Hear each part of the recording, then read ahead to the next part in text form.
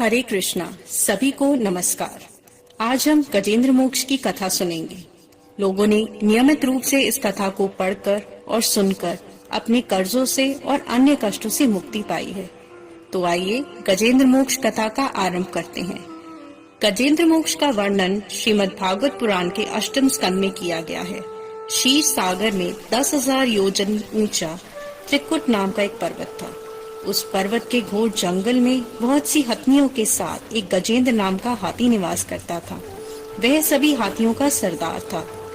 एक दिन वह उसी पर्वत पर अपनी हथनियों के साथ बड़ी बड़ी झाड़ियों और पेड़ों को रौंदता हुआ घूम रहा था। उसके पीछे पीछे हाथियों के छोटे छोटे बच्चे तथा हथनियां भी घूम रही थीं।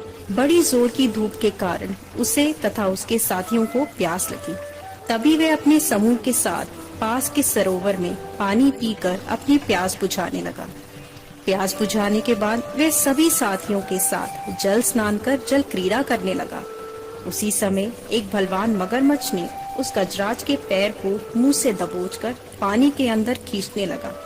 गजेंद्र ने अपनी पूरी शक्ति लगाकर स्वयं को छुड़ाने की कोशिश करी, लेकिन असफल रहा। उसके झुंड के साथियों ने भी उसे बचाना चाहा, पर सफल न हो पाए।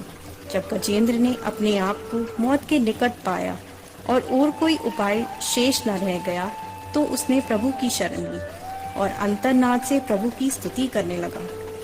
पूर्व जन्म के निरंतर भगवत आराधना के फलस्वरूप उसे भगवत स्मृति हो आई। उसने निश्चय किया कि मैं शरण सर्व समर्थ प्रभु की शरण ग्रहण करता हूँ।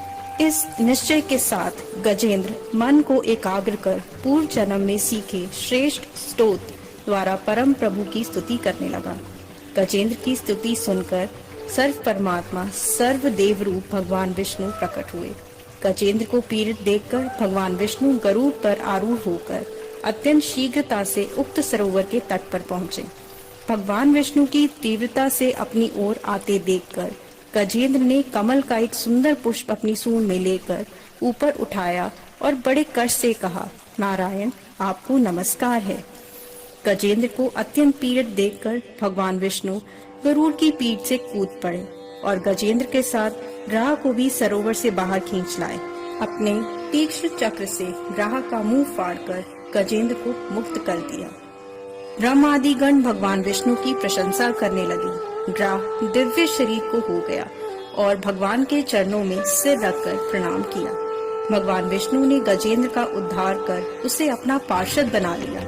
गजेंद्र की स्तुति से प्रसन्न होकर भगवान विष्णु ने सबके समक्ष कहा, प्यारे गजेंद्र, जो लोग ब्रह्म मुहूर्त में उठकर तुम्हारी की हुई स्तुति से मेरा सत्वन करेंगे, उन्हें मैं मृत्यु के समय निर्मल बुद्धि का दान दूंगा। यह कहकर भगवान विष्णु ने पार्षद रूप में गजेंद्र को साथ लिया और दिव्य धाम को चले गए। जब शुकदेव जी ने राजा परीक्षित को यह कथा सुनाई, तो राजा परीक्षित ने शुकदेव जी से पूछा, हे शुकदेव महाराज, ये गजेंद्र कौन था जिसकी पुकार सुनकर भगवान भोजन छोड़कर आ गए? तब शुकदेव जी महाराज कहते हैं, हे परीक्षित, पूर्व जन्म में गजेंद्र का नाम इंद्रद्युम्न था। वह द्रविड़ देश का पांडववर्षी राजा था। वह भगवान का बहुत बड़ा सेवक था। उसने अपना राजपाट छोड़कर मलय पर्वत पर रहते हुए जटाएं बढ़ाकर तपस्वी के वेश में भगवान की आराधना की। एक दिन वहाँ से अगस्त्य मुनि अपने शिष्यों के साथ गुजरे और उन्होंने राजा को एकाग्रचित होकर उपासना करते हुए देखा। अगस्त्य मुनि ने देखा कि यह राजा अपने प्रजा पालन, अतिथि सेवा आदि धर्म को छोड़कर तपस्वी की तरह रह रहा है। अतः अगस्त्य ऋषि उस राजा पर क्रोधित हो गए और क्रोध में आकर उन्होंने राजा को शाप दिया कि हे राजा, तुमने गुरुजनों से बिना शिक्षा ग्रहण किए हुए अभिमानवश परोपकार से निवृत्त होकर मनमानी कर रहे हो, अर्थात हाथी के समान जड़ बुद्धि हो गए हो, इसलिए तुम्हें वही अज्ञानमयी हाथी की योनि प्राप्त हुई। राजा ने इस श्राप को अपना प्रारब्ध समझा। इसके बाद दूसरे जन्म में उसे आत्मा की विस्मृति करा देने वाली हाथी की योनि प्राप्त हुई। परंतु भगवान की आराधना के प्रभाव से हाथी होने पर भी उन्हें भगवान की स्मृति हो गई। भगवान श्री हरि ने इस प्रकार गजेंद्र का उद्धार करके उसे अपने ही लोक में जगा दी। गजेंद्र को जिस ग्राह ने पकड़ा था, वह पूर्व जन्म में हुहु नाम का श्रेष्ठ गंधर्व था। एक बार देवल ऋषि जलाशय में स्नान कर रहे थे। उसी जलाशय में यह हुहु नाम का गंधर्व चुपचाप अंदर जाकर ऋषि के पैर पकड़ लिए और मगर मगर कहकर चिल्लाने लगा। इससे क्रोधित होकर देवल ऋषि ने श्राप दे हुहु को कहा, हे हुहु गंधर्व, तुझे लाज नहीं आती? तुझे संत महात्मा का आदर करना चाहिए और तू मजाक उड़ा रहा है और मगर की तरह आकर मेरा पैर पकड़ता है। अरे दुष्ट, अगर तुझे मगर बनने का इतना ही शौक है तो तुझे मगर की योनि प्राप्त होगी। शाप मिलते ही वह गंधर्व ऋषि से क्षमा याचना करने लगा। तब ऋषि ने कहा, तू मगर की योनि में जरूर जन्म लेगा, लेकिन तेरा उद्धार भगवान के हाथों ही होगा। इसी ग्रह रूपी हुहु गंधर्व का उद्धार भगवान श्री हरि ने किया। कथा संपूर्ण।